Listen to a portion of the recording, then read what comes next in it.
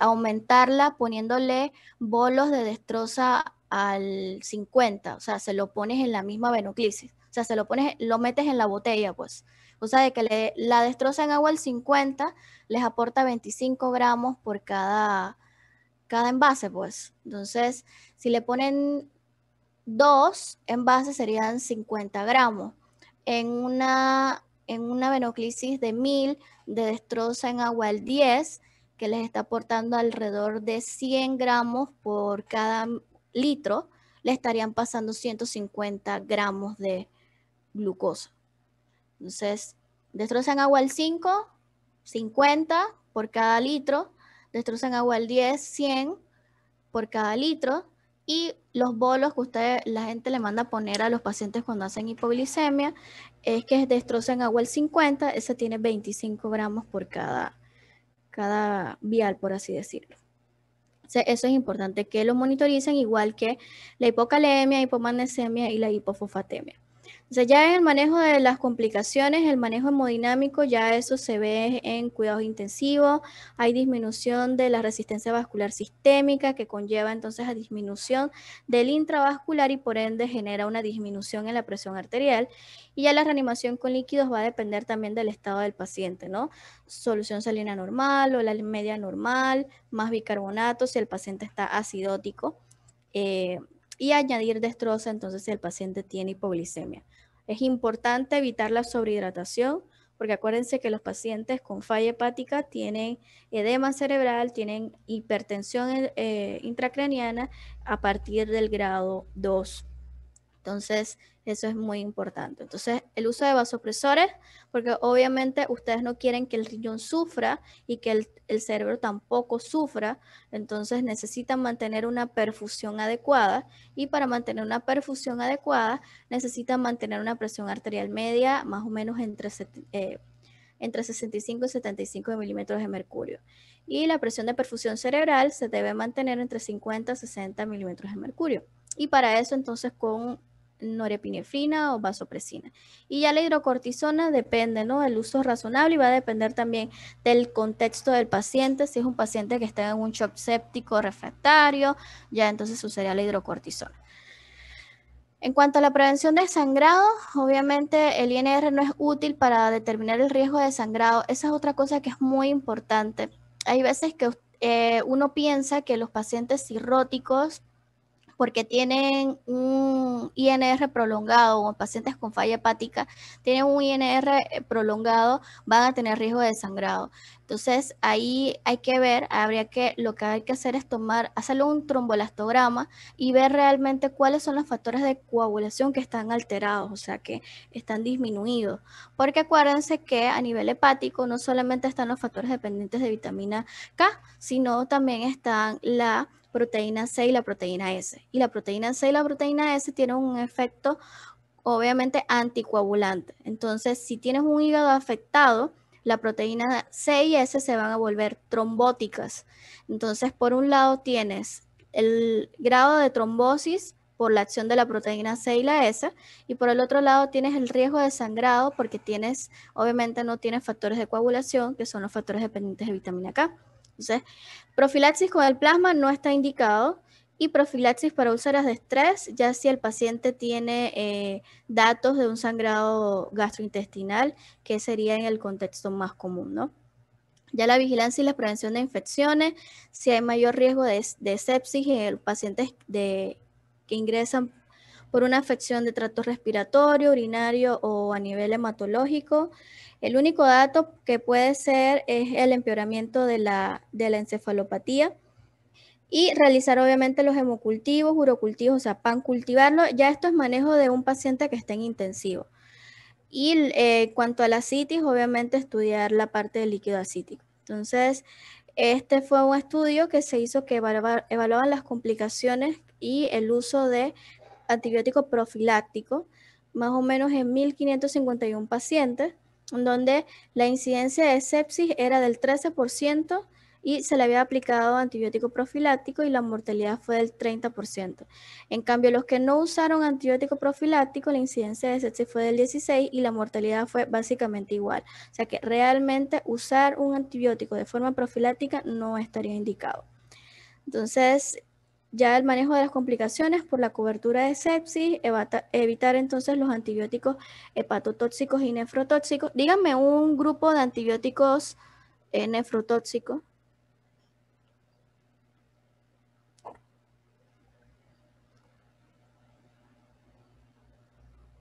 La sulfamilurea, ¿podría ser uno?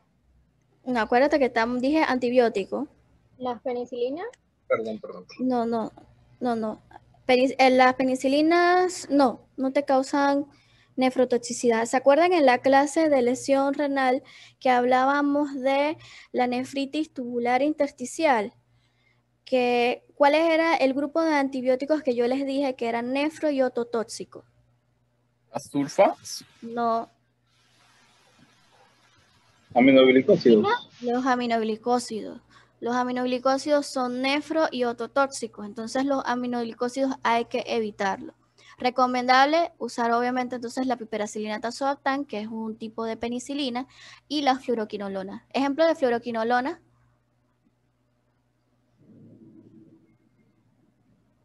Una bien común que le mandan a todo el mundo cuando tiene infección de vías urinarias.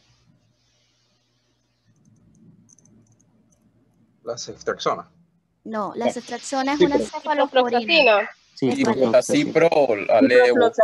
Exacto, cipro y levo son las fluoroquinolonas más comunes. Ok, entonces, aquí me fui. Ok, entonces ya el manejo, igual esto es puro manejo de complicaciones, el uso de antifúngicos, ya en el caso de si hay hospitalización prolongada, si el paciente se somete a hemodiálisis venocontinua y si está recibiendo antibióticos o glucocorticoides, tiene mayor riesgo de cursar con infecciones por hongos y en este caso sí estaría indicado utilizar entonces antifúngicos, igual que los que reciben nutrición parenteral total.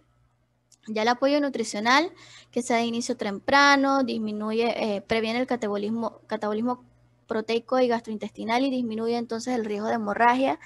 La ingesta razonable es alrededor de 60 gramos por día y obviamente dependiendo del grado de la encefalopatía que tenga el paciente, si es grado 1 o grado 2, el paciente puede recibir alimentación oral y si ya tiene una encefalopatía grado 3 o 4, ya la alimentación va a ser enteral o parenteral.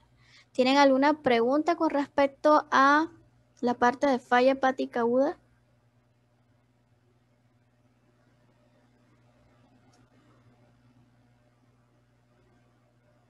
Antes que pase al siguiente tema, Uh-huh. ¿podría repetir lo de los menos 26 días de nuevo? No, 26 semanas. 26 semanas. Es que tenía problemas en internet y después lo volví a ver, lo tenía ahí y entonces no lo entendí muy bien. Nada más te tienes que acordar del número. Menos de 26 semanas es falla hepática aguda. Ya. Después de aquí, bueno, aquí te lo ponen así. Hiperaguda, ahí lo ves, ¿no? Hiperaguda, menos de 7 días. Aguda de 7 a 21 días. Y que obviamente lo común es el edema cerebral.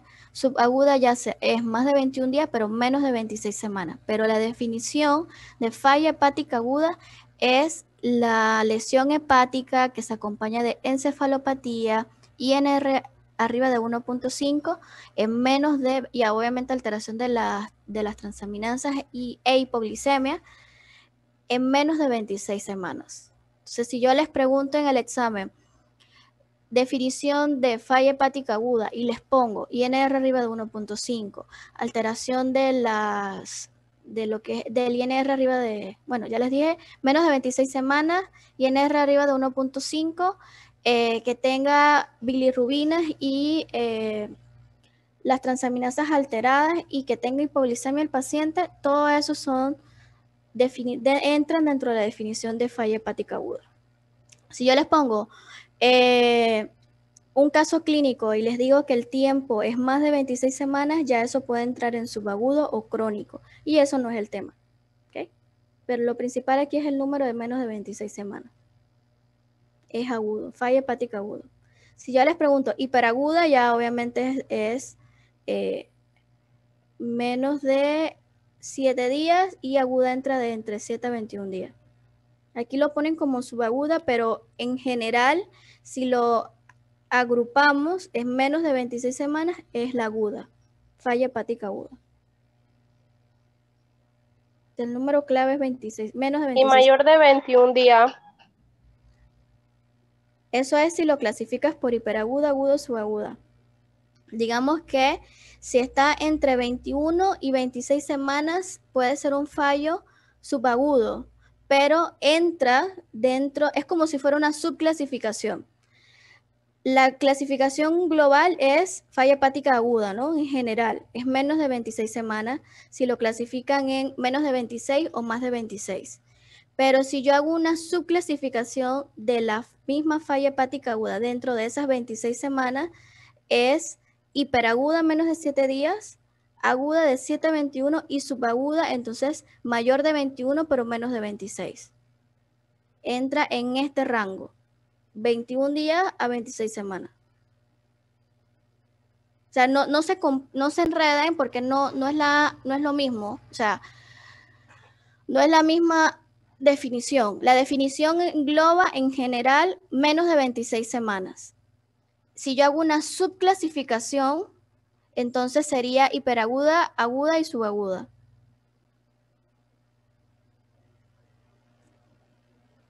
¿Claritos ahí o se enredaron?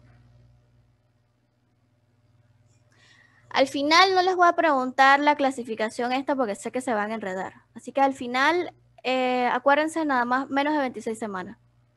Falla hepática aguda menos de 26 semanas y ya. Y esa clasificación nada más como para que la conozcan que hay si hay un daño hepático que se produce en menos de 7 días, es un daño hepático hiperagudo. Sí, aquí lo ponen como agudo, pero realmente no es tan agudo como tal, pues. Agudo dentro de la misma falla hepática aguda, pues. Entonces de 7 a 21 días y si es subagudo ya es más de 21. ¿Eso se entendió? ¿O no? Sí, doctora. ¿Están seguros? Sí, doctora. ¿Quién dijo que no? ¿Quién dijo que no? No, yo dije que sí están seguros.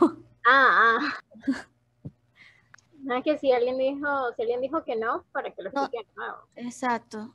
Ok, déjenme poner la otra. Entonces, ¿tienen alguna otra pregunta con falla hepática?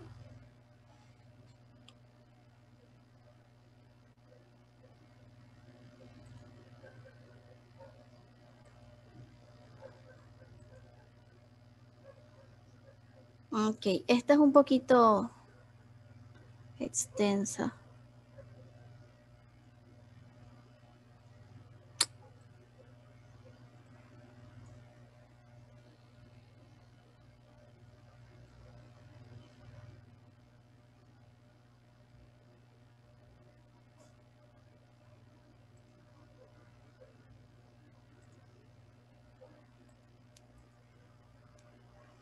Ok, entonces entramos en la parte infecciosa de esto. Déjenme nada más hacerle un screen a esta parte.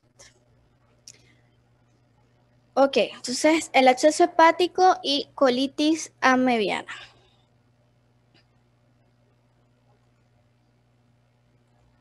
Okay. Dentro de los objetivos es la epidemiología, factores de riesgo, patogénesis y microbiología, manifestaciones clínicas, diagnóstico y tratamiento del absceso hepático, pero este es el absceso hepático piógeno. ¿Okay? Entonces, realmente los abscesos hepáticos pueden ser el resultado de distintas manifestaciones, ¿okay? De una peritonitis por fuga del contenido intestinal y que esto condiciona entonces una diseminación al hígado por medio de una infección viral, una infección biliar por diseminación directa, por ejemplo, cuando hay coledocolitiasis o alguna colangitis por diseminación por contigüidad, va a condicionar el riesgo de cursar con un absceso hepático y por siembra arterial hematógena cuando hay una infección sistémica en el contexto de un paciente que tenga una endocarditis y que haga infecciones metastásicas. Entonces, la epidemiología son el tipo más común de absceso visceral. Tienen una incidencia que se ha estimado entre 2.3 casos por cada 100.000 personas. La incidencia es más alta en hombres que en mujeres, y en Taiwán se han notificado altas, sustancialmente altas, de 17.6 casos por cada 100.000 habitantes. Los principales factores de riesgo: diabetes, enfermedad hepatobiliar subyacente o pancreática, pacientes que han recibido un trasplante hepático, el uso regular de inhibidores de bomba de protones, los factores geográficos como vivir en el este de Asia o pacientes con enfermedad granulomatosa crónica. También hay una asociación del absceso hepático piógeno con las neoplasias colonorrectales, principalmente si el absceso piógeno es causado por una Klebsiella pneumoniae. Es la principal causa de abscesos hepáticos en ciertas partes de Asia, y se ha establecido una prevalencia del 2.3 al 3.2%, desencadenando la posibilidad de una neoplasia colonorrectal oculta en pacientes que han sido diagnosticados con un absceso hepático piógeno por Klebsiella pneumoniae. En cuanto a la patogénesis, el absceso hepático piógeno sigue uno o más episodios de una epidemia de la vena porta, o sea, hay una fuga intestinal o hiperitonitis y se producen entonces los abscesos hepáticos. La otra ruta es propagación directa de la infección biliar, una enfermedad subyacente de las vías biliares, un cálculo biliar, una obstrucción maligna, si hay siembra hematógena de la circulación sistémica o un absceso hepático monomicrobiano debido a una especie estreptocócica o estafilocócica, principalmente en las endocarditis. En cuanto a la microbiología, realmente son polimicrobianos. Generalmente son especies mixtas, entéricas, facultativas y anaerobias, que son los patógenos más comunes, principalmente lo que son los bacilos gram negativos entéricos como la Escherichia coli y la Klebsiella pneumoniae, pero también pueden encontrar abscesos hepáticos causados por Streptococcus milleri, Streptococcus anginosus, Streptococcus constellatus y Streptococcus intermedios. Y ya obviamente ya en menos casos, pero puede ocurrir, es por el Staphylococcus aureus y el Streptococcus pyogenes. En cuanto a las manifestaciones clínicas, la principal manifestación es la fiebre en un 90%, dolor abdominal en el cuadrante superior derecho.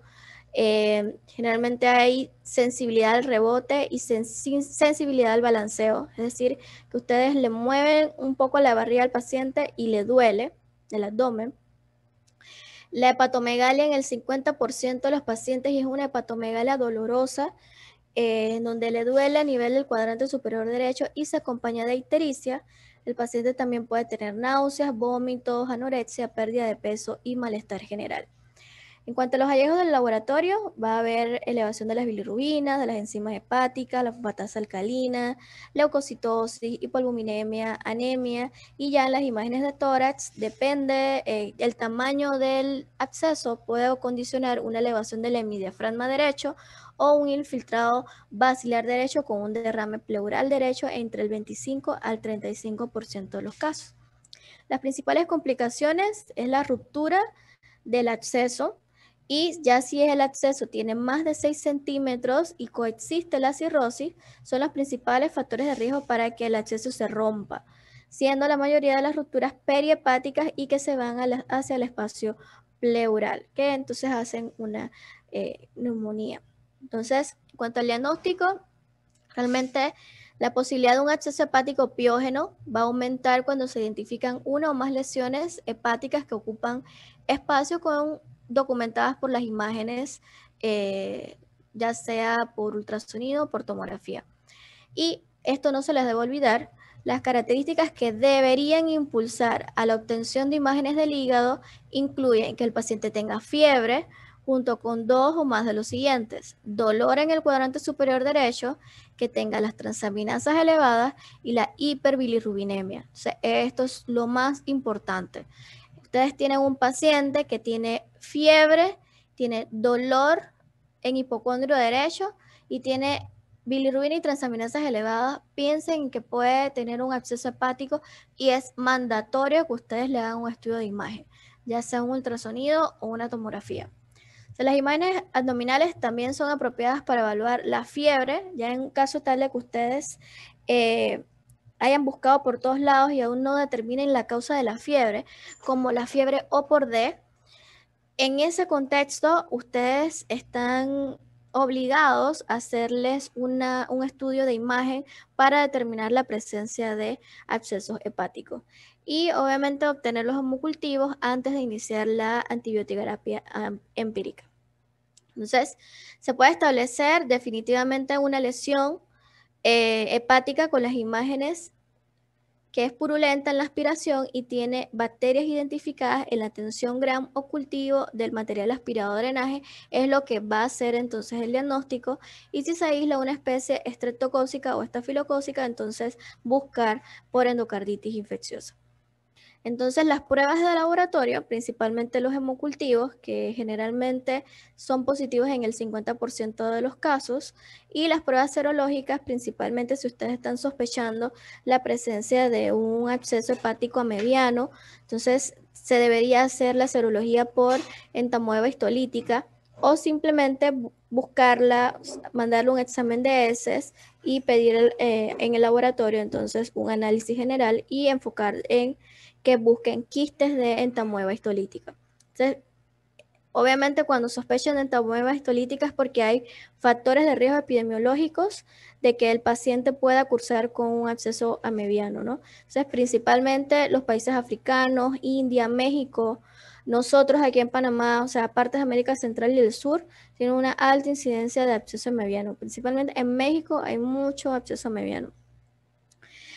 Y también puede ocurrir en pacientes que no tengan un riesgo epidemiológico evidente, pero tengan conductas de tener sexo con hombres que tienen sexo con hombres o parejas heterosexuales que tienen sexo anal, también se puede transmitir la entamoeba histolítica por esa vía.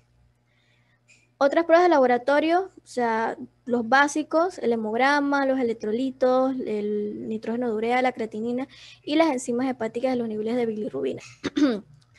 En cuanto a los hallazgos imagenológicos, las principales modalidades son el ultrasonido y la tomografía. Y la tomografía es más sensible para los abscesos hepáticos que el ultrasonido. Generalmente un 95% frente al 85%. Pero a veces el ultrasonido es más rápido, lo obtienen más rápido, depende de dónde estén, y es más barato. Entonces, el ultrasonido detecta los abscesos piógenos. Estos pueden variar desde lesiones hipoecoicas hasta hiperecoicas. Y se pueden ver también ecos internos que reflejan entonces los detritos o los tabiques o presencia de tabiques dentro del mismo absceso. Y ya en la tomografía contrastada, lo que van a ver es una lesión redonda, bien definida, con hipoatenuación central. También pueden haber subcolecciones loculadas o realce del borde periférico o un edema circundante que son específicos del absceso hepático. Y aquí lo que ven en la imagen es un absceso hepático que ya tiene datos de necrosis y aquí entonces ya es un poco más definido y también tiene aire dentro del mismo, ¿no? En cuanto al diagnóstico diferencial, obviamente se deben incluir las hepatitis por cualquier causa, ya sea viral, inducida por fármaco, una hepatitis alcohólica, la presencia de tumores hepáticos primarios o secundarios, que el paciente esté debutando con una neumonía basal derecha o que el paciente tenga una colangitis aguda o colecistitis aguda, porque obviamente todos se caracterizan por dolor en el hipocondrio derecho y que tengan fiebre, entonces puede simular el cuadro clínico de un absceso hepático. Otros patógenos que causan lesión hepática, pero ya con menos frecuencia, es el Mycobacterium tuberculosis. Hay tuberculosis extrapulmonar que puede condicionar o puede dar la aparición de abscesos hepáticos.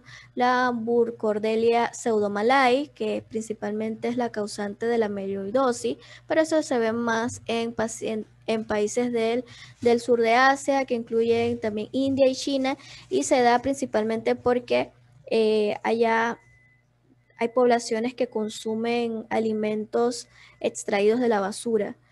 El equinococos también es otro diferencial pero ya se van a ver entonces quistes hidatídicos hepáticos y son quistes grandes, de un contenido líquido, bien definidos, de paredes delgadas, que obviamente se distinguen por un estudio de imagen con el absceso hepático. La candidiasis hepatoesplénica se caracteriza por microabscesos en todo el hígado y puede ocurrir en pacientes con neoplasias hematológicas o en aquellos pacientes neutropénicos que cursen con infecciones por cándida. Generalmente las etiologías no infecciosas como un quiste simple, tumor necrótico o un biloma, que es acumulación de bilis, se van a diferenciar mediante el estudio de imagen y también entonces por la clínica, ¿no? Entonces, en cuanto al tratamiento del absceso hepático piógeno, lo principal es el drenaje y la terapia con antibióticos. Y el drenaje lo que permite es, obviamente, obtener la etiología del absceso hepático. Entonces, las técnicas de drenaje hay distintas. Están las de drenaje percutáneo, guiado por tomografía. También está guiado por ecografía, con aspiración con aguja. También puede ser un drenaje abierto o, si no, un drenaje por medio de la CEPRE en caso de los pacientes que cursen con colangitis. Se les hace CEPRE y se drena entonces también el absceso hepático. Entonces, el drenaje quirúrgico abierto laparoscópico va a ser apropiado cuando hay un proceso subyacente que justifique el tratamiento quirúrgico. En cuanto a los abscesos uniloculares únicos con menos de 5 centímetros, el drenaje percutáneo con colocación de catéter se debe realizar hasta que éste tenga un mínimo de más o menos 7 días de que el paciente se le ha drenado el absceso por medio del drenaje, ¿no? O sea, si ya son abscesos que miden más de 5 centímetros, entonces igual hacerle el drenaje y hay que dejarle colocado el catéter y también se deja por un espacio de 7 días. Y en los abscesos múltiples o multiloculados se tiene en cuenta el número, el tamaño y la accesibilidad de los abscesos y obviamente también las comorbilidades del paciente, ¿no? Ya en este contexto, ya si toman en cuenta la posibilidad de hacerle entonces un drenaje abierto o laparoscópico en lugar de hacer un drenaje percutáneo. La terapia médica con antibióticos, las recomendaciones de tratamiento se basan en la fuente probable de la infección y deben guiarse por el patrón de resistencia local. Siempre es importante guiarse por el patrón de resistencia, aunque en muchos lugares no está establecido ese patrón de resistencia local. Entonces, la terapia empírica es una terapia de amplio espectro con antibióticos parenterales que deben ser administrados en espera de los análisis de la aspiración que se ha hecho, ¿no? Pero siempre recuerden que es importante hacer los hemocultivos antes de iniciarle la terapia empírica. Entonces, la terapia empírica va a estar liderada por una cefalosporina de tercera generación con el uso como la ceftriaxona y el metronidazol. El metronidazol aquí se utiliza por la cobertura de los anaerobios y por la presencia también entonces de entamoeba, la sospecha de entamoeba histolítica. Una combinación de los inhibidores de betalactámicos con betalactamasa, como lo es la piperacilina tazobactam, que puede ser con o sin metronidazol, la ampicilina más gentamicina más metronidazol, y ya en regímenes alternativos serían una fluoroquinolona con metronidazol o un carbapenémico con o sin metronidazol. Entonces aquí están las dosis de los antibióticos que normalmente se utilizan. Lo que tenemos disponible en los hospitales es la piperacilina tazobactam y lo usan a dosis de 4.6 gramos IV cada 6 horas. La piperacilina tazobactam tiene ajuste renal, así que eso es muy importante que lo tomen en cuenta a la hora de colocar la dosis. Las cefalosporinas de tercera generación, como la ceftriaxona no tiene ajuste renal, pero el metronidazol sí, así que hay que ajustarlo. La ampicilina magenta más metronidazol, obviamente la ampicilina y la gente y el metronidazol todos tienen ajuste renal. Entonces es importante que eso lo tomen en cuenta a la hora de colocar la dosis del medicamento, porque no es la misma dosis Y obviamente, si el paciente tiene una tasa de filtración disminuida, disminuye la dosis que ustedes le tienen que administrar del antibiótico. Y ya en regímenes alternativos son la cipro o la levo más metronidazol, y en cuanto a los carbapenémicos, el uso de imipenem, meropenem o ertapenem. Aquí no tenemos doripenem, pero lo demás sí los tenemos todos. Entonces, si utilizaron un régimen que contiene gentamicina en la terapia empírica, no se debe continuar por más de 48 horas, independientemente si se ha identificado un organismo causante. Generalmente se recomienda la terapia con antibióticos durante un total de 4 a 6 semanas. Si el paciente ha tenido una buena respuesta al drenaje de forma inicial, deben ser tratados con 2 a 4 semanas de terapia parenteral. Y ya en los pacientes en donde el drenaje ha sido incompleto, sí deben completar las 4 a 6 semanas de terapia parenteral. En cuanto a la duración del tratamiento, la duración específica de la terapia con antibióticos generalmente va a estar determinada por la extensión de la infección y la respuesta clínica del paciente. Y en cuanto a los pacientes con abscesos que no se drenan o que se han drenado parcialmente, entonces sí van a requerir ciclos más prolongados. Entonces, los indicadores clínicos que ustedes deben evaluar en un paciente con un absceso hepático es el dolor, la temperatura, los glóbulos blancos y la proteína C reactiva. Si eso no disminuye, entonces quiere decir que la resolución del cuadro no se ha dado y que tienen que darle un curso más extendido de antibióticos de forma intravenosa. Entonces, el seguimiento, generalmente las imágenes de seguimiento solo se deben realizar en el contexto de síntomas clínicos persistentes o si el drenaje no avanza como se esperaba, o si hay si por lo menos las anomalías radiológicas no se han resuelto, que aquí tienen que tomar en cuenta que generalmente resuelven muy lento. Entonces uno no toma en cuenta los hallazgos radiológicos, sino los marcadores clínicos y bioquímicos. Si el paciente aún persiste con dolor, ya ustedes le dieron una semana de tratamiento y sigue con dolor, entonces en ese momento está indicado que le hagan un estudio de imagen para ver entonces si es que tiene más acceso, si el acceso se hizo más grande o por qué no está funcionando entonces la terapia antibiótica que ustedes le han suministrado.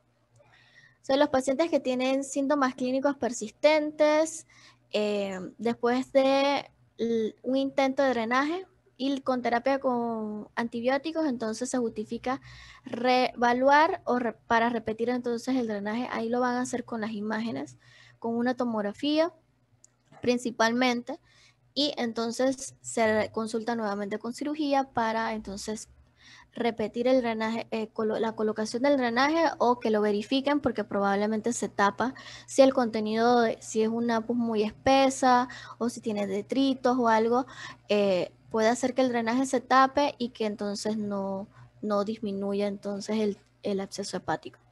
Y obviamente siempre deben considerar la posibilidad de una neoplasia colonorrectal oculta en pacientes que tienen un absceso hepático piógeno, principalmente por Klebsiella pneumoniae. En cuanto al pronóstico, la tasa de mortalidad en los pacientes desarrollados va a oscilar entre un 2 a un 12%, y los factores de riesgo independientes de mortalidad incluyen la necesidad del drenaje quirúrgico abierto, la presencia de malignidad y la presencia de infección por anaerobios. ¿Tienen alguna pregunta con absceso hepático piógeno?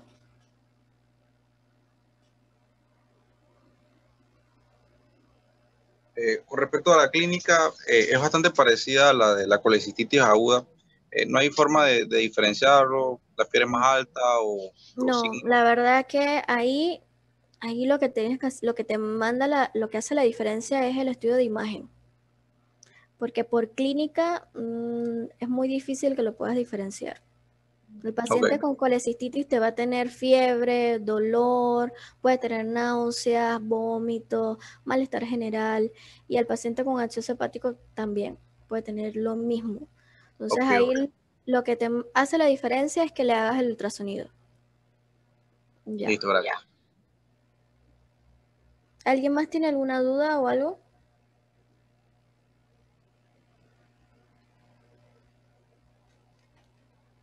¿No? Ok. Entonces, la colitis amebiana es lo mismo que la amebiasis intestinal, que va a estar causada por un protozoario. La entamoeba histolítica es un protozoo. Y la mayoría de las infecciones son asintomáticas. Sin embargo, las manifestaciones clínicas van a incluir disentería amebiana y enfermedad extraintestinal. ¿Qué es disentería?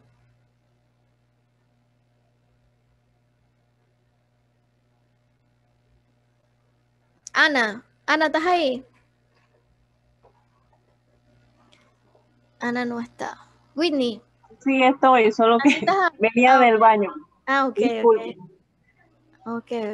Ajá. ¿Sabes qué es disentería? ¿O te suena? ¿Qué es disentería?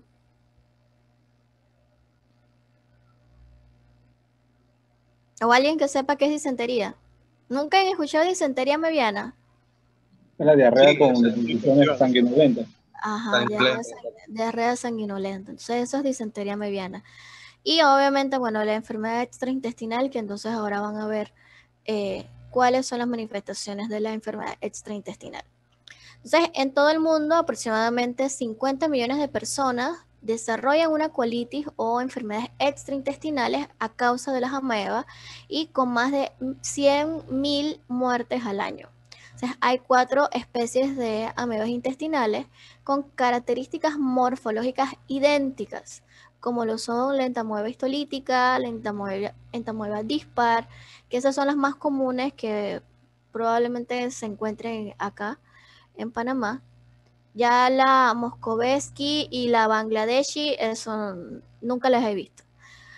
En cuanto a la prevalencia, aumenta en los países en desarrollo debido obviamente a las malas condiciones socioeconómicas y a los niveles de saneamiento, ¿no? Bueno, la transmisión tiene una etapa de quiste, que es la forma infecciosa, una etapa de trofozoito, que es la forma que causa la enfermedad invasiva, y la infección se produce tras la ingestión de quistes amebianos, a través ya sea de alimentos contaminados o de agua contaminada. Y se puede asociar con transmisión sexual a través del contacto también fecal-oral. Entonces, este es el ciclo de transmisión de la amebiasis. Entonces, si ven en el punto 1, este es el quiste, que es digamos que la forma adulta, la forma infecciosa, que está en las heces. Entonces los alimentos se contaminan y el agua, obviamente con las heces de alguien que tiene ameba, que tiene entamoeba histolítica. Entonces esos alimentos contaminados o esa agua contaminada la ingieren y ellos van a ingerir entonces los quistes maduros. Entonces, esta es la etapa infecciosa y la etapa de diagnóstico. O sea que si ustedes le piden un examen de heces generales o una microscopía, el laboratorista les debe indicar que él está viendo son los quistes de entamoeba histolítica. Entonces, esos quistes pasan entonces por el tracto digestivo, llegan a la parte del intestino y aquí en este nivel, en el intestino delgado, sufren un proceso que se llama excistación. Entonces, eso es que el quiste como que se fragmenta y libera entonces los trofozoitos.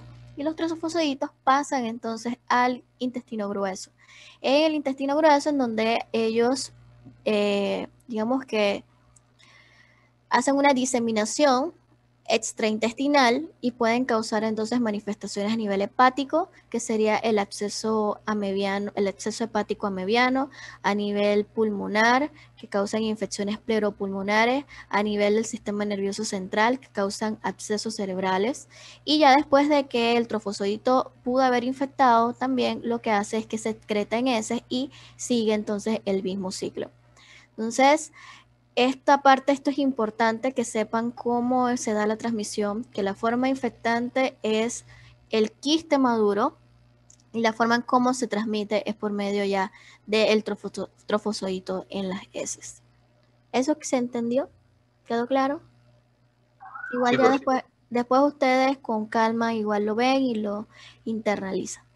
En cuanto a las manifestaciones clínicas, en la mayoría de las infecciones por entamoeba, como ya les dije, son asintomáticas y se incluyen el 90% de las infecciones por entamoeba histolítica.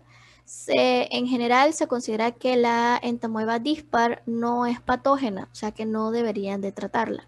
O sea, los factores que influyen en si la infección conduce a una enfermedad asintomática o invasiva va a depender de la cepa de entamoeba histolítica y los factores del huésped como la susceptibilidad genética, la edad y el estado inmunológico. Obviamente, si ustedes tienen un paciente inmunosuprimido, mayor, de unos 70 años, que tiene disentería o ponte que está asintomático, pero tiene entamoeba histolítica, en esos pacientes ustedes deben de tratarlo. Son los factores de riesgo para enfermedad grave, ya aquí en este caso sería edad temprana, o sea, los niños, el embarazo, pacientes con tratamiento con corticoides, es decir, que están inmunosuprimidos, la malignidad, desnutrición y el alcoholismo son todos estados de inmunosupresión. Las manifestaciones clínicas, pues el inicio puede ser subagudo, durante unas 3 semanas. Se puede caracterizar por una diarrea leve hasta disentería severa, dolor abdominal en un 2 a un 80%, la diarrea puede ir de un 94 a un 100% de los pacientes, heces con sangre en un 94 a 100%, que vienen siendo la disentería, y la pérdida de peso se da en la mitad de los pacientes y un 38% se acompaña de fiebre. En cuanto al diagnóstico, la microscopía en heces, detección de antígenos en heces, la reacción en cadena de polimerasa, la serología y la colonoscopía con examen histológico son las herramientas diagnósticas para determinar si un paciente tiene una colitis amebiana. Sin embargo, digamos que el antígeno en heces no es algo que normalmente lo tengan a disposición en los hospitales, ni la reacción en cadena de polimerasa, a pesar de que el PCR es el que tiene mayor sensibilidad y sería la herramienta de diagnóstico ideal. Lo que tenemos en el hospital es la microscopía en heces, o sea, manda un examen general, el laboratorista, bueno, el tecnólogo evalúa a visión directa la presencia de los quistes y lo reporta en el examen. Y así entonces uno le da tratamiento. La colonoscopía no es un examen que se haga de rutina para el diagnóstico de colitis amebiana. Entonces, la microscopía en heces, lo que se busca es la demostración de quistes o trofozoitos que sugiere entonces la amebiasis intestinal. Las muestras de heces suelen ser positivas para sangre en el contexto de una enfermedad amebiana intestinal invasiva. O sea que en el examen general les va a reportar probablemente eritrocitos, una gran cantidad, les va a reportar quistes o trofozoitos. Y ya la detección de antígenos, obviamente es sensible y específica, es rápida, pero no la tienen a disposición en todos los lugares y es la única forma de poder distinguir entre una entamoeba histolítica y una entamoeba dispar. Ahí lo que ven aquí en la imagen es una colitis amebiana con enema de bario, aunque el enema de bario no es una herramienta diagnóstica que se use para el diagnóstico de colitis amebiana. O sea, la colonoscopía no es apropiada como una herramienta diagnóstica de rutina, y esto se debe a que si hay la misma colitis amebiana, adelgaza las paredes y cuando entra el colonoscopio e infunde aire, puede haber un mayor riesgo de perforación. Por eso la colonoscopia no es adecuada. Los sitios más frecuentes de afectación son el ciego y el colon, y generalmente los hallazgos endoscópicos que se pueden ver serán úlceras o erosiones discretas en el ciego y en el recto y en otras áreas del mismo intestino. El manejo, generalmente todas las infecciones por entamoeba histolítica deben tratarse, incluso las asintomáticas. Los objetivos de la terapia con antibióticos de la amebiasis intestinal son eliminar los trofozoitos invasores y erradicar el transporte intestinal del organismo, ¿no? Y las infecciones por entamoeba dispar no requieren tratamiento. Entonces, el manejo médico es un ciclo de 10 días de metronidazol que ayuda entonces a eliminar la infección intraluminal, pero en muchos casos se necesita un segundo fármaco como la paramomicina.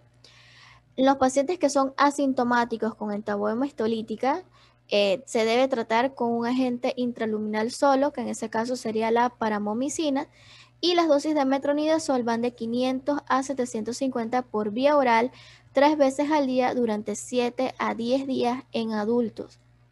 Si el paciente puede ingerir el medicamento, lo ideal es que se dé vía oral, porque tiene una mejor penetrancia y absorción a nivel del intestino delgado. Ya en caso extremo de que el paciente no tolere la vía oral, entonces se puede administrar de forma intravenosa, pero lo ideal es que sea oral. La prevención se basa en que los viajeros en áreas endémicas deben evitar el agua sin tratar, evitar los alimentos crudos como frutas o verduras que pueden haber sido lavados con aguas no tratadas, y los quistes amebianos son resistentes al cloro en los niveles utilizados en los suministros de agua, pero en muchos casos se puede usar una desinfección con yodo. Y evitar obviamente las prácticas sexuales que puedan conducir al contacto fecal oral. ¿Tienen alguna pregunta con la amebiana? Doctora, el tratamiento ese, ellos matan tanto quiste como trofozoitos. Generalmente el quiste te lo mata el metronidazol, entonces el trofozoito te lo mata la paramomicina. Entonces generalmente tú, a pesar de que le das el metronidazol, tienes que darle la paramomicina. Al menos que solamente tengas la parte esta del trofozoito y que sea sintomático, entonces le das el agente luminal, que es la paramomicina. Okay. Pero siempre tienes que darle metronidazol, o sea, al menos que sea algo asintomático y que tengas trofozoito. Pero por lo general, quiste es la forma activa. Ya, gracias. De nada. ¿Alguien más tiene alguna duda?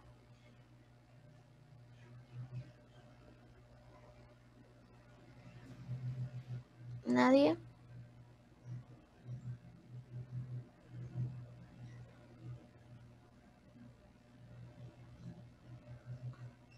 Ok, entonces el absceso hepático amebiano, bueno, ya eso lo saben, que la amebiasis es causada por la entamoeba histolítica, esto también lo saben, y las manifestaciones intestinales incluyen el absceso hepático amebiano, la afección pulmonar, cardíaca y cerebral.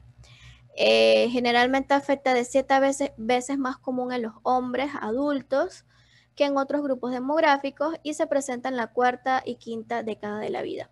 Los países en desarrollo generalmente se va a observar en los pacientes que son migrantes o viajeros de áreas endémicas y las áreas de altas tasas de infección amebiana, y va a incluir India, África, México, América Central y América del Sur.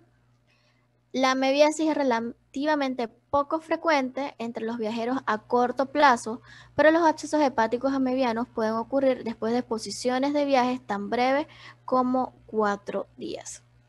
Los factores de riesgo, obviamente el contacto sexual oral anal, las condiciones que afectan la inmunidad mediada por células aumentan la posibilidad de que la infección por entamoeba histolítica dé una enfermedad invasiva, y obviamente los pacientes que tienen infección por VIH.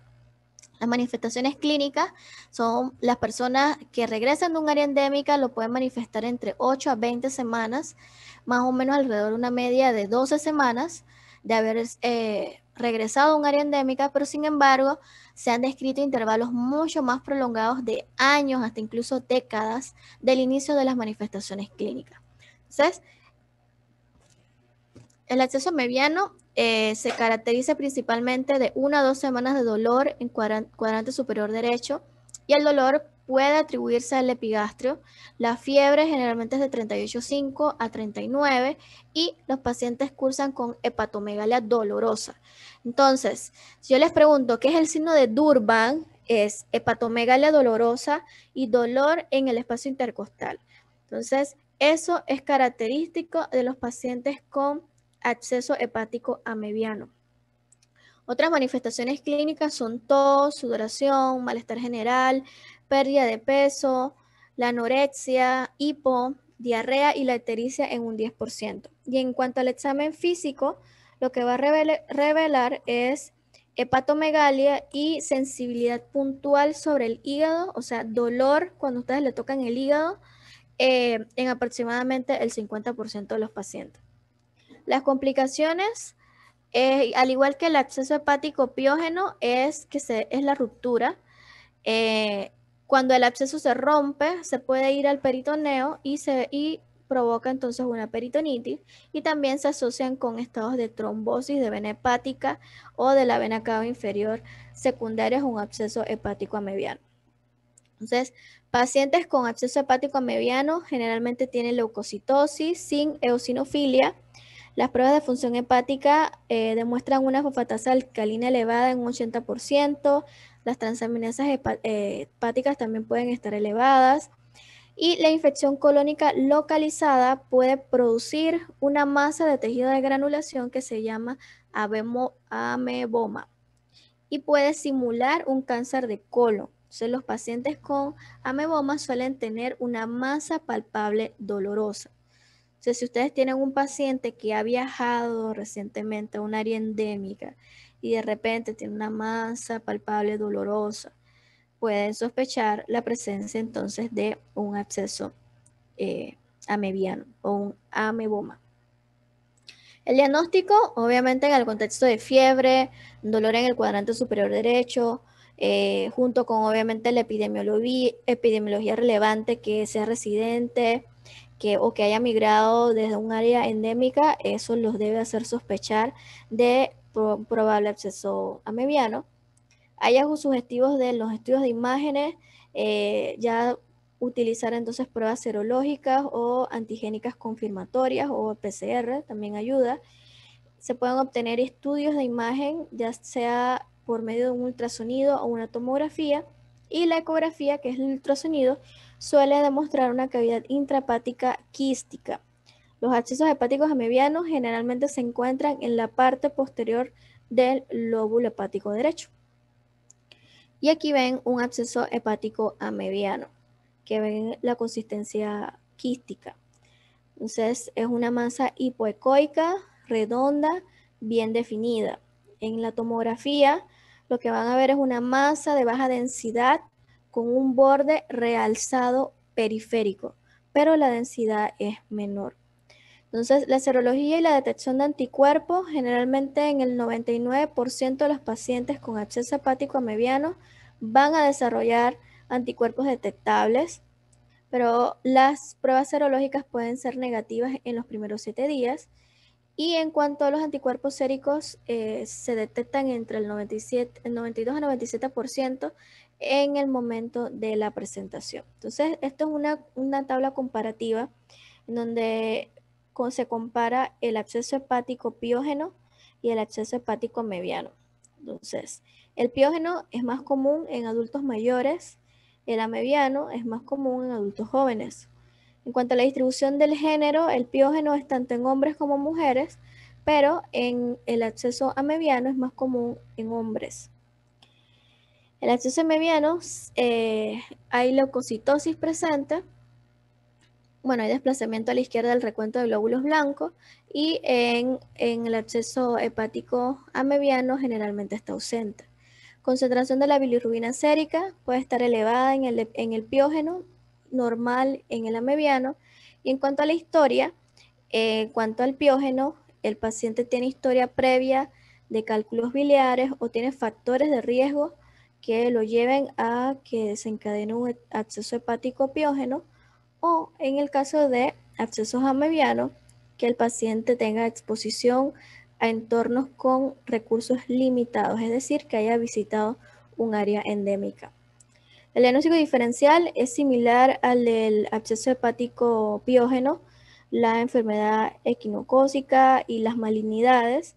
Principalmente en las malignidades, el carcinoma hepatocelular, que no va a presentar síntomas distintos de la enfermedad hepática crónica. En cambio, el absceso hepático amebiano tiene dolor en el cuadrante superior derecho y el paciente tiene fiebre. Ya en cuanto al tratamiento, generalmente la aspiración bajo guía ecográfica no se requiere de forma rutinaria. Está justificada si el quiste mide más de 10 centímetros de diámetro y si el paciente tiene un riesgo inminente entonces de ruptura, particularmente en las lesiones del lóbulo izquierdo. Si hay deterioro clínico o falta de respuesta a la terapia empírica, entonces está indicado hacer el drenaje, y si es necesario entonces excluir otros diagnósticos alternativos, como la presencia de un absceso hepático piógeno. Entonces, el tratamiento médico consiste en un agente tisular y un agente luminal para eliminar los quistes intraluminales. El absceso hepático mediano no complicado, no se ha observado ningún beneficio con el drenaje, además del tratamiento médico. En cuanto a la aspiración y el drenaje con catéter, están justificados en los pacientes que tienen un absceso del lóbulo izquierdo o que tienen una falta de la respuesta clínica dentro de 5 días de que se ha iniciado la terapia antimicrobiana, o en casos en donde no se tenga claro el diagnóstico.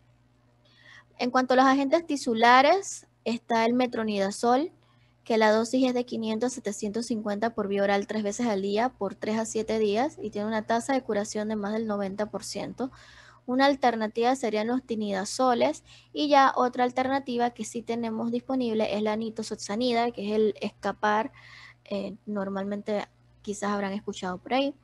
Se ha demostrado que la nitosuxanida con dosis de 500 miligramos 2 veces al día durante 10 días puede ser eficaz en el tratamiento del absceso amebiano. Los agentes luminales, o sea, después de la terapia de una amebiasis invasiva, se justifica el tratamiento con un agente luminal para obviamente eliminar ya los quistes intraluminales, y se puede tratar con paramomicina de 25 a 30 miligramos por kilo al día por vía oral, en 3 dosis divididas durante 7 días, y ya lo demás sí no hay aquí disponible. En cuanto al embarazo y la presencia de un absceso hepático mediano, puede causar una morbilidad significativa y una alta mortalidad durante el embarazo. Se puede utilizar el metronidazol porque es categoría B del embarazo, pero sin embargo todavía sigue siendo muy controvertido su uso, ¿no? Porque esta atraviesa la placenta y entra rápidamente en la circulación fetal. Otra alternativa sería la cloroquina, 600 miligramos de base al día durante 2 días y luego seguido de 300 cada día durante 3 semanas. Es el agente alternativo al metronidazol en el tratamiento de absceso hepático en mujeres embarazadas.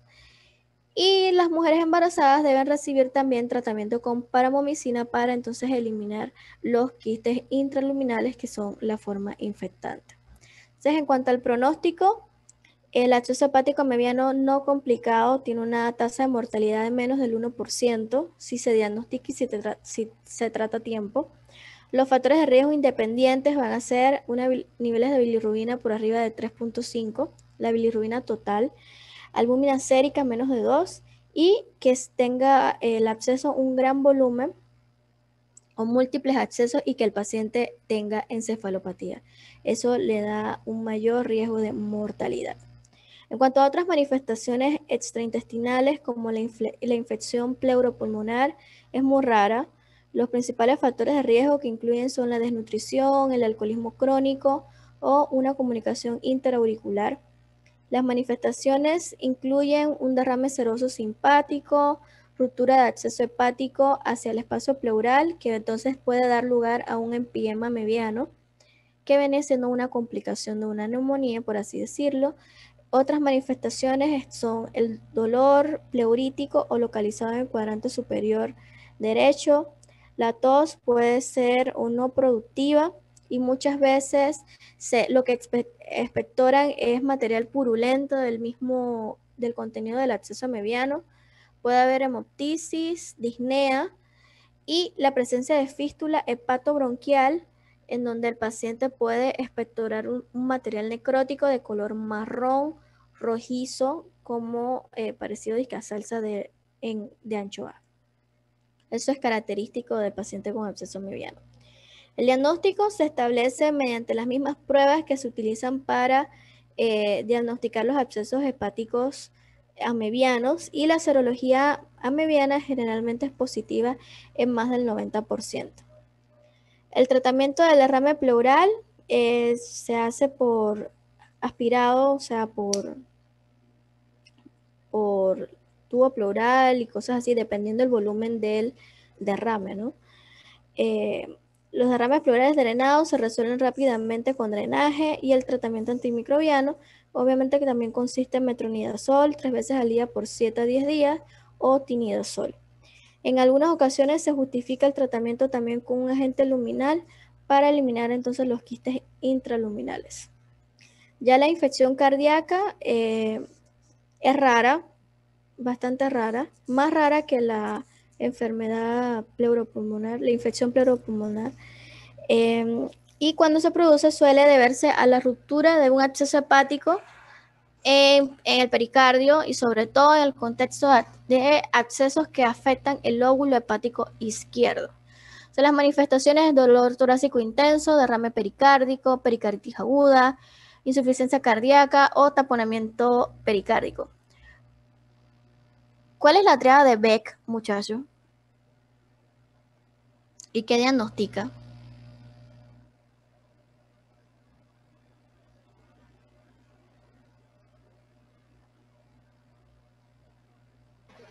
Esta es la del... Algo el corazón, taponamiento. Creo que taponamiento. Ajá, ¿y qué es? No me la sé bien, pero creo que nada más me acuerdo de la hipotensión y algo de las venas del cuello. Búscalo. Hipotensión, distensión de las venas del cuello, serían las yugulares. Y ruidos cardíacos alejados. Ok, entonces siempre que tengan eso, acuérdense de que la triada de Beck y que puede ser un paciente que está taponado y eso es una urgencia. Entonces puede presentarse repentinamente como una pericarditis purulenta con taponamiento o más lentamente con progresión gradual de un derrame pericárdico.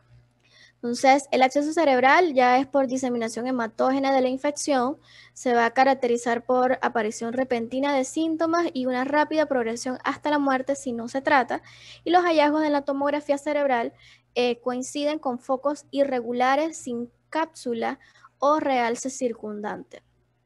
El tratamiento generalmente es metronidazol, que se le debe iniciar inmediatamente, y entonces deben valorar si es necesario o no una intervención quirúrgica para descompresión y biopsia del tejido. Ya la infección cutánea puede ser la única manifestación de la infección y puede ocurrir en el contexto de otros órganos. Generalmente la pueden ver en la región perineal, es una manifestación rara de amebiasis y puede manifestarse como una ulceración perineal dolorosa. Generalmente es probable que esta infección sea resultado de una inoculación directa de las heces y que obviamente el quiste se haya alojado ahí y produzca entonces la infección, y es más común en los lactantes que usan pañales, y ya la amebiasis cutánea perineal también se presenta como una infección de transmisión sexual en áreas endémicas, principalmente en personas que practican el coito anal insertivo. Entonces, aquí hay un caso clínico, así que ahorita prendan todas sus cámaras porque viene un caso clínico. Doctora, en mi caso ahorita mismo hay mucha bulla. Bueno, cuando tú quieres opinar, la pones el micrófono, pues. Así no...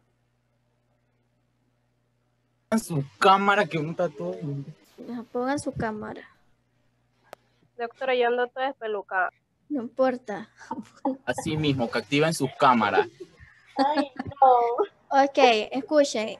La historia clínica. Tienen un masculino de 49 años procedente de México, quien viajó hace 3 meses a Panamá. Antecedentes, tabaquismo activo, además de eso es hipertenso, y dentro de los antecedentes epidemiológicos vive en México, viajó recientemente a América Central y se desempeñaba en la administración hotelera. Okay. Entonces, el motivo de consulta fue disnea y fiebre. Entonces, ustedes le hacen la anamnesis y él tiene historia de un mes de evolución, disnea sin tos, no tiene otros síntomas respiratorios, tiene dolor en hipocondrio derecho de intensidad ascendente y tiene hepatomegalia dolorosa. Además de eso, tiene fiebre diaria intermitente de 1 semana de evolución. ¿Okay?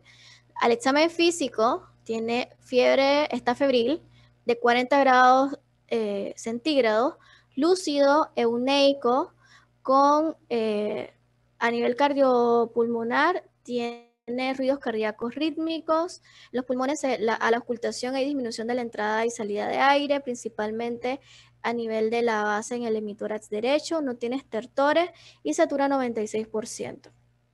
La frecuencia cardíaca es de 100 latidos por minuto y a nivel abdominal tiene dolor a la palpación en el hipocondrio derecho, hepatomegalia y no tiene signos de reacción peritoneal y no hay defensa. ¿Okay? Entonces, aquí viene la pregunta.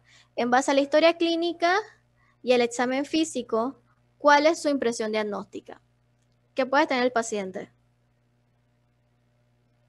Acceso hepático. ¿Pero cuál? Un acceso hepático mediano. Puede ser a mediano. ¿Y qué otra impresión diagnóstica pudiesen tener? Una colecitis aguda. Podría ser, pero tienes 1 semana de dolor. Vamos a ver qué otras cosas tiene ahí. Además, acuérdense que él va por disnea más que todo y que tiene fiebre. Pero en el examen físico le encontraron que tenía dolor. Pero lo que lo llevó al hospital fue la disnea. ¿Okay? Entonces, colecistitis, no te dice que tiene náuseas, ni vómito, ni que el dolor empeora con comidas copiosas, pero podría estar dentro del diferencial, no digo que no. O sea, esta es parte de hacer el ejercicio del diferencial. ¿Sí? Uno de los diferenciales, entonces, absceso hepático a mediano, ¿no? Dijeron. La otra, una colecistitis. ¿Qué otra cosa?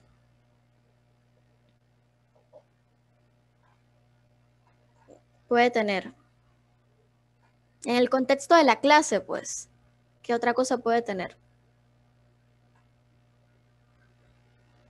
¿Qué otro tipo de absceso hepático les dije?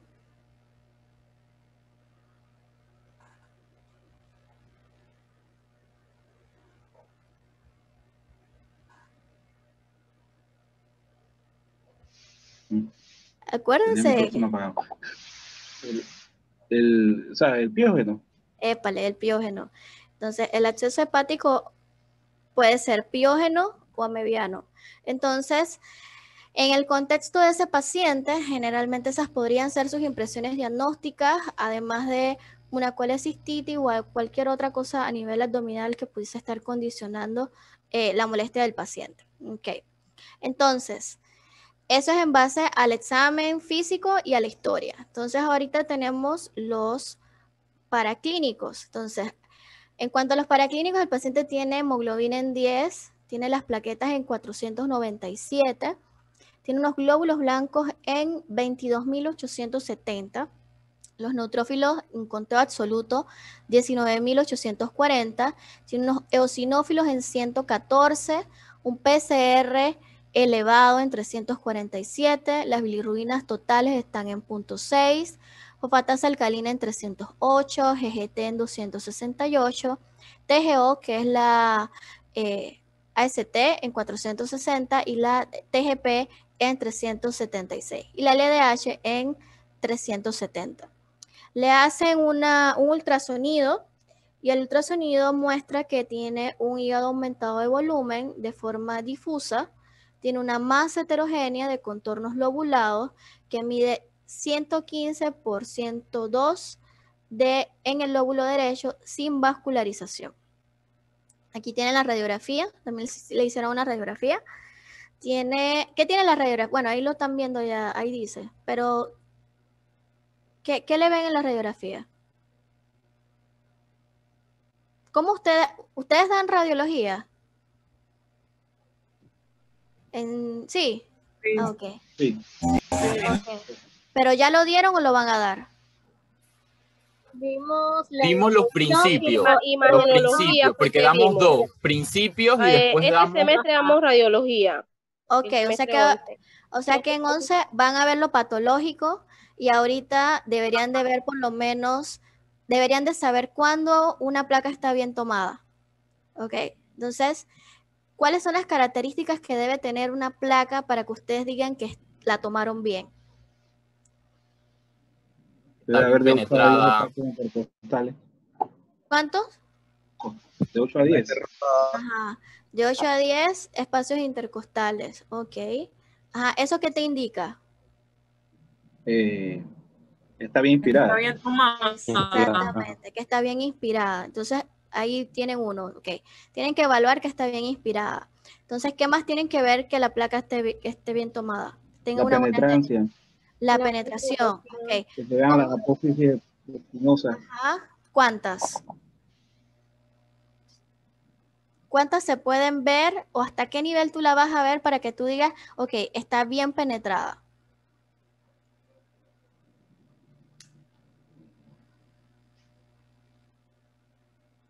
Bueno, deben ser hasta las dorsales. No, generalmente es las primeras 4. ¿Ok?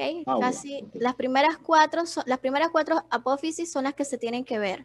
Ya después, para que tú puedas decir que, ok, está bien penetrada. Si se ve esto, pareciera que estuviera muy penetrado, pues se ve todo blanco aquí y no se diferencia bien nada, ¿ok? Entonces, ¿qué otra característica? Ya dijeron inspirada, penetrada. ¿Cuál otra? Rotación. Ajá. Épale, ¿cómo saben si está rotada o no está rotada?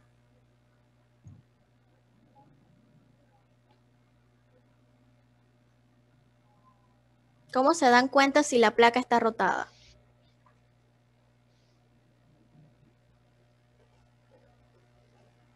Ahí se guían, es de la apófisis espinosa. Tienen que estar equidistantes de ambas clavículas. Entonces, ustedes generalmente en el sistema, en el Sistema Nacional de Radiología, hay una reglita. Entonces, ustedes trazan una reglita en el medio donde se vean las apófisis, que aquí no se ven, y miden la distancia de la apófisis espinosa hacia la clavícula, tanto derecha como izquierda. Tienen que estar equidistantes. Si están equidistantes, ya ustedes saben que la placa no está rotada. ¿Okay? Entonces, penetración, tienen que ver si está penetrada, si está inspirada, si está rotada. Okay. Básicamente eso es lo principal que deben evaluar. Ya después de ahí se van a ver las alteraciones por áreas, ¿no? Pueden hacerlo de adentro hacia afuera o de afuera hacia adentro. No sé cómo se los habrán explicado a ustedes, igual a veces uno se va de tejidos blandos, lo que es hueso, evalúa la parte de la columna y después entonces va hacia adentro, ve entonces el hilio pulmonar, ve la parte del corazón, o sea, mediastino, corazón y pulmones. Cuando llegan a los pulmones, entonces evalúan los ángulos. Entonces aquí, si ven, lo que dicen ellos que el ángulo está obliterado es este espacio de aquí. Entonces quiere decir que hay algo de líquido. Entonces siempre que ustedes vean que el ángulo está obliterado, probablemente hay líquido en el pulmón. O sea que hay datos de una efusión. Bueno, creo que eso no lo han dado. Para medir una efusión pleural, ustedes toman una placa en decúbito lateral con rayo horizontal. Entonces, si es líquido, se debe desplazar el líquido y entonces ustedes van a medir desde la parrilla costal, desde este borde de aquí, hasta, digamos que el líquido que se desplaza, ¿no? Hasta la línea que hace el líquido. No sé si se lo pueden imaginar. Si el paciente está acostado de lado y pónganse que tuviera líquido aquí, por donde estoy señalando con el cursor, si el líquido se desplaza más de 1 centímetro, entonces hay seguridad para que ustedes se pueda hacer una toracocentesis y extraerle entonces líquido al paciente. Si es menos de 1 centímetro, quiere decir que la cantidad de líquido que tiene ahí es muy pequeña, así que no se hace porque no es seguro y pueden ocasionarle al paciente mayor daño. Pero bueno, en el contexto del caso clínico, aquí dice que tiene obliterados los ángulos, ¿no? Y lo pueden ver igual acá, en la placa. Doctora, ¿y las tramas? La trama también la evalúas. Aquí lo que sí No hay hay cefalización, depende, porque es que si está muy penetrada, probablemente tú vas a ver incremento de la trama. Entonces, por eso es importante que la placa siempre tenga una buena técnica, porque, por ejemplo, si en el contexto de un paciente que tiene edema, está hinchado por todos lados, y tú ves esto así, generalmente la cefalización de flujo es que la trama vascular se va hasta la periferia. Entonces, eso quiere decir que hay líquido en el pulmón. Entonces, que el paciente está tan edematizado que probablemente tenga algo de líquido. Entonces, aquí realmente no te puedo decir si realmente es solamente trama, si la trama está aumentada o si es por también el antecedente que tiene de tabaquismo crónico. Entonces, a veces los fumadores también te hacen bronquitis y la bronquitis también hace que se incremente entonces la parte de la trama y del hilio. Entonces, pudiese ser, pero también es un hallazgo que ustedes tienen que ver, ¿no? Ustedes evalúan obviamente toda la placa. Pero acuérdense, siempre tienen que evaluar si la placa está bien tomada. La proyección, cómo es la proyección, si es AP, si es PA, si está bien inspirada, si está rotada, si está bien penetrada, el nombre del paciente que sea correcto, la cédula, todas esas cosas las tienen que evaluar. Okay, entonces, ¿ven el acceso?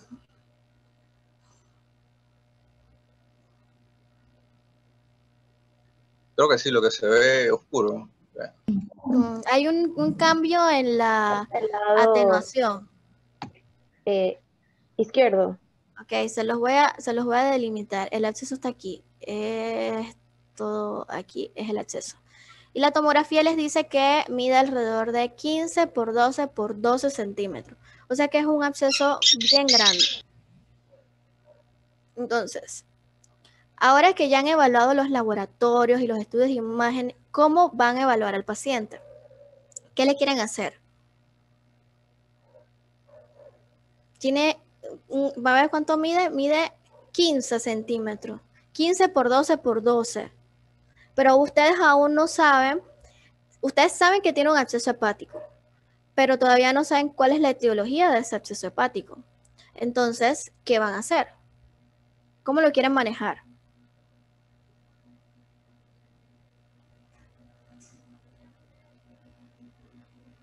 Digan, ¿qué se les ocurre? ¿Drenar el acceso? Sí, podrías drenarlo. Porque mira, si es más de 5 centímetros y es un absceso piógeno, tiene indicación de drenaje.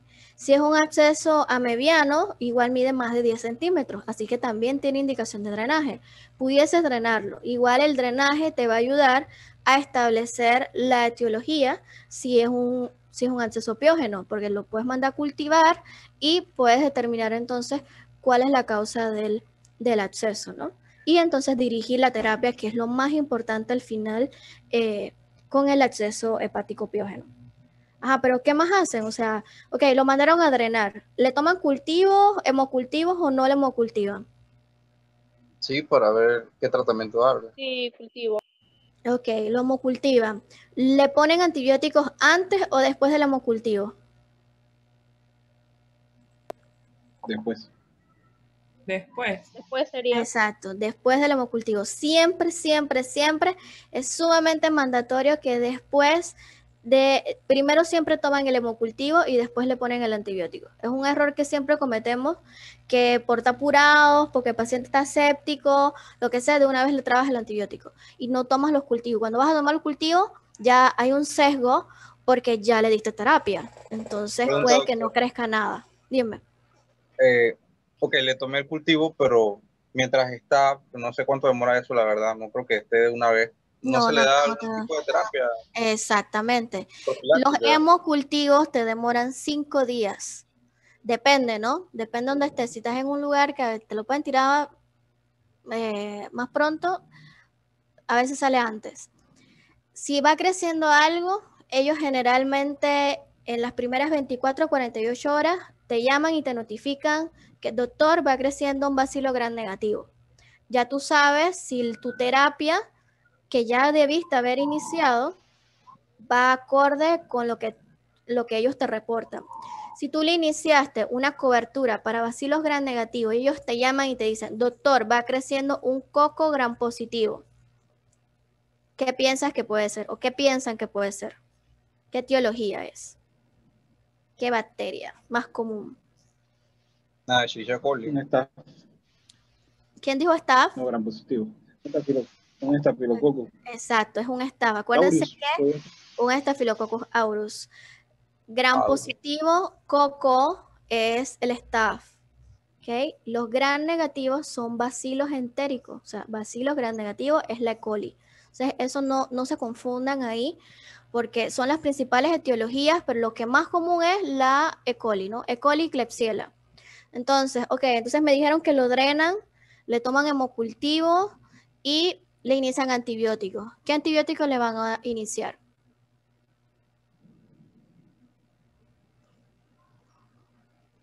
¿Qué quieren iniciarle? Yo les mencioné que generalmente las combinaciones son ceftriaxona más metronidazol, o sea, cefalosporina de tercera más metronidazol. Pueden ponerle piperacilina tazobactam más con o sin metronidazol. Les mencioné que alternativos pueden usar fluoroquinolona con metronidazol, o también hay otro régimen que es genta, ampi y metronidazol. O sea, cualquiera de esas combinaciones que ustedes decidan lo pueden hacer. Elijan una, cualquiera. Cualquiera. La cefalosporina. Ok, le pusiste ceftriaxona y metronidazol. Ok. ¿Y qué le harían ustedes para saber si el paciente tiene un acceso hepático amebiano? ¿Qué se les ocurre? Porque ahorita nada más hemos hecho el abordaje como si fuera un piógeno, pero no recuerdo, alguien me dijo que dentro de los diagnósticos podría ser un amebiano.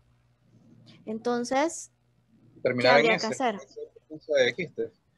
Exacto, podrían hacerle una microscopía en heces o si tienen a disposición un PCR, que sería lo más sensible y específico para diagnosticar entonces la entamoeba histolítica. Entonces, generalmente siempre se cubre con metronidazol, pensando en algún anaerobio o pensando en un protozoario, o sea, como la ameba, porque igual el cuadro clínico no te queda claro cuál de los dos es. O sea, con la historia clínica y la tomografía, ustedes no pueden decir que eso es por ameba o que eso es piógeno.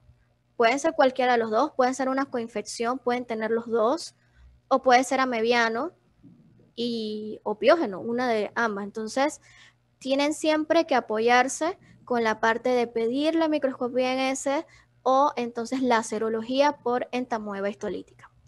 Entonces, vamos a ver qué ¿Como cuántos pasó. gramos más o menos? ¿De qué? Por día, del metronidazol. El metronidazol, generalmente la dosis es 500 cada 8. 500 cada 8 es lo que tú le das de metronidazol. Y siempre la terapia del acceso hepático, si es piógeno, es muy larga. Entonces, también va a estar determinado por la evolución del paciente. ¿Okay? Entonces, la conducta es, obviamente, los hemocultivos, iniciarle la antibiótico-terapia empírica. Ellos en este caso le pusieron piptazo y metronidazol. No quiere decir que usar ceftriaxona y metronidazol esté mal. También depende de la clínica del paciente. Si ustedes tienen un paciente que está muy séptico, muy deteriorado, la fiebre muy alta y se ve como en mal estado general, la piperacilina tazobactam tiene mejor penetrancia que la cefalosporina de tercera generación. Entonces, en ese caso pueden utilizar el piptazo, pero no quiere decir que no puedan usar la ceftriaxona. Entonces, ellos le hicieron el drenaje, punción guiada por imagen para el diagnóstico, salió un líquido purulento, esfacetado, grisáceo, y lo enviaron para entonces el cultivo bacteriológico. Y le hicieron serología por entamoeba histolítica. Entonces, ¿ustedes están de acuerdo con el tratamiento que le iniciaron ellos?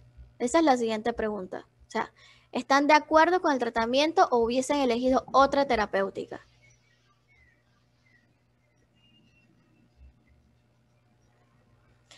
Si están de acuerdo, no hay ningún problema. Y si no están de acuerdo, nada más díganme algo que ustedes hubiesen hecho diferente.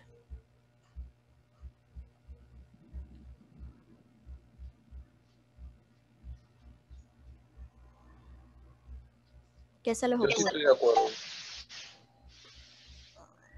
Ok, ¿todos están de acuerdo en el tratamiento que le pusieron? Sí. Ok. Sí. Si se fijan ahí, yo les puse, y en toda la charla que les hablé de la parte de la ameba, les puse que el tratamiento del metronidazol debería ser oral, ¿ok? por la parte de la absorción a nivel intestinal, tiene mejor penetrancia, al menos que el paciente esté en una condición que no le permita la ingesta oral, entonces le pudiesen usarlo de forma intravenosa. Pero aquí mi crítica sería que si el paciente está estable y tolera la vía oral, yo se lo hubiese puesto oral, no intravenosos como dice el caso. Pero por lo demás está bien, nada más era la ruta de administración y lo que quería que vieran era la parte esa de la administración del metronidazol. Ok, entonces esta fue la tomografía evolutiva, ¿no? La imagen de acá es básicamente la inicial y creo que aquí todos ven cómo disminuyó el absceso hepático posterior a la terapia. De 15 centímetros, ahora mide 8 por 7 por 7 centímetros. ¿Okay? Entonces, aquí la evolución del paciente. Ya le iniciaron el tratamiento, estuvo afebril a las 48 horas de tratamiento. El hemocultivo no creció nada luego de 2 días. El cultivo bacteriológico de la punción tampoco hubo nada. Si ven la evolución entonces del PCR, tenía 347, 338 el día que le hicieron el drenaje y cómo fue disminuyendo el nivel de proteína C reactiva en el transcurso de los días. Ellos le pusieron amoxicilbactam por 14 días, pero yo no estoy muy de acuerdo con esa parte, porque aquí si hubiesen, por lo menos lo manejaron como un absceso piógeno, pero después se dieron cuenta que la serología por entamoeba era positiva. Entonces ya le habían dado el metronidazol, pero entonces ahora faltaba el otro agente luminal para eliminar entonces los quistes de entamoeba histolítica y por eso entonces le dan la paramomicina. Entonces, una pregunta. Ajá, dime. Entonces, siempre que no sé la causa, lo trato como si fuera... Lo tratas como si fuera piógeno. Lo tratas y ante la duda de que no sabes si es amebiano o no, le pones el metronidazol. Ya cuando tienes la serología o documentas los quistes, entonces le añades la paramomicina. Aquí el tratamiento, ellos lo ponen aquí abajo que le dieron seguimiento, el PCR a los 21 días ya del alta estaba en 6, o sea que ya estaba normal. Pero el tratamiento del absceso hepático es muy largo. Generalmente es de 4 a 6 semanas. Si luego del drenaje el paciente igual evoluciona bien, tú puedes acortarlo de 2 a 4 semanas, pero eso es también otra cosa que tienen que tener claro, que el tratamiento es largo. No, obviamente no se va a quedar las 6 semanas hospitalizado, pero dependiendo también, ¿no? Si el absceso creció, si el paciente no mejora, se pone más séptico, si el drenaje se tapó, en ese contexto ustedes evalúan que sí se tiene que quedar entonces las 6 semanas recibiendo antibióticos intravenosos. De lo contrario, se puede ir a la casa, en la casa puede continuar ya sea amoxicilina ácido clavulánico, porque ya entonces ya habría recibido el tiempo del metronidazol, que generalmente es de 7 a 10 días, y cuando ya, por lo que documenta entonces la terapia de la entamoeba histolítica. Ya después de 7 a 10 días, ustedes le dan entonces la paramomicina nada más como para erradicar ya los quistes y él sigue entonces con el tratamiento del absceso hepático piógeno. ¿Sí? Probablemente ellos lo manejaron así, como si fueran las dos cosas, un absceso hepático piógeno y un absceso amebiano. O sea, al final no creció nada, pero porque no crezca nada en el hemocultivo y no crezca nada en el cultivo del drenaje, no quiere decir que ustedes van a suspender la terapia. O sea, documenta, aquí lo que hace la diferencia al final es la evolución clínica del paciente y obviamente el seguimiento en el tiempo de la tomografía, ¿no? Vieron que hubo reducción del absceso, o sea que, y el paciente tuvo mejoría clínica. Así que digamos que ese es el seguimiento que le deberían hacer. ¿Tienen alguna duda o algo respecto al caso o al tema o al... ¿No? ¿Todo el mundo está clarito? Solo, doctora, no, con respecto al escapar, estaba buscando, usted mencionó que ayudaba a disminuir el absceso hepático amebiano, ¿verdad? Sí, pero en dosis de 500. Busqué por ahí, estaba buscando en internet Sí, pero ese también tiene, dice, un efecto bacteriostático. O sea, para diarreas de ese tipo. Sí, claro, tipo claro. bacteriana. Exacto, sí, te ayuda. Es que es una, digamos que lo usamos para eso, pues, para diarreas, pacientes que tú tienes, que tienen un cuadro gastrointestinal, puedes usar el escapar. Pero nosotros aquí somos un país endémico, no, digamos que no es que hay tantos casos, no es que te lleguen al hospital, pero el agua aquí en Panamá no es muy buena, que digamos. Entonces, ante la duda, igual te funciona la nitoxasanida. Pero en el contexto del absceso hepático, si no tienes metronidazol, pudiera ser una alternativa para darle al paciente, pero en dosis de 500 por los 10 días. Ya, gracias. De nada. ¿Alguien más tiene alguna interrogante, algo? ¿No? ¿No? Ok. Los casos debo de mandárselos entre hoy o mañana. Y ese taller entonces del miércoles, que sería entonces la nota del examen corto de gastroenterología. ¿Okay? Igual, en el momento que tengamos chance, discutimos los casos. Ese mismo día, creo que tenemos chance ese día, porque ese día es diabetes, así que ese día podemos discutir entonces el taller, cosa de que el lunes yo les hablo rapidito de lo que es los tumores hepáticos y de vía biliar. Después viene la charla de trastornos intestinales y hacemos entonces el caso interactivo en base a la charla. Si tienen alguna pregunta o algo, me la hacen llegar o le dicen a Ángel que o me escriben por el correo. Listo, muchachos. Pues. Ok, gracias, doctora. Doctora, gracias. Chao. Doctora, gracias. Chao, Chao, doctora.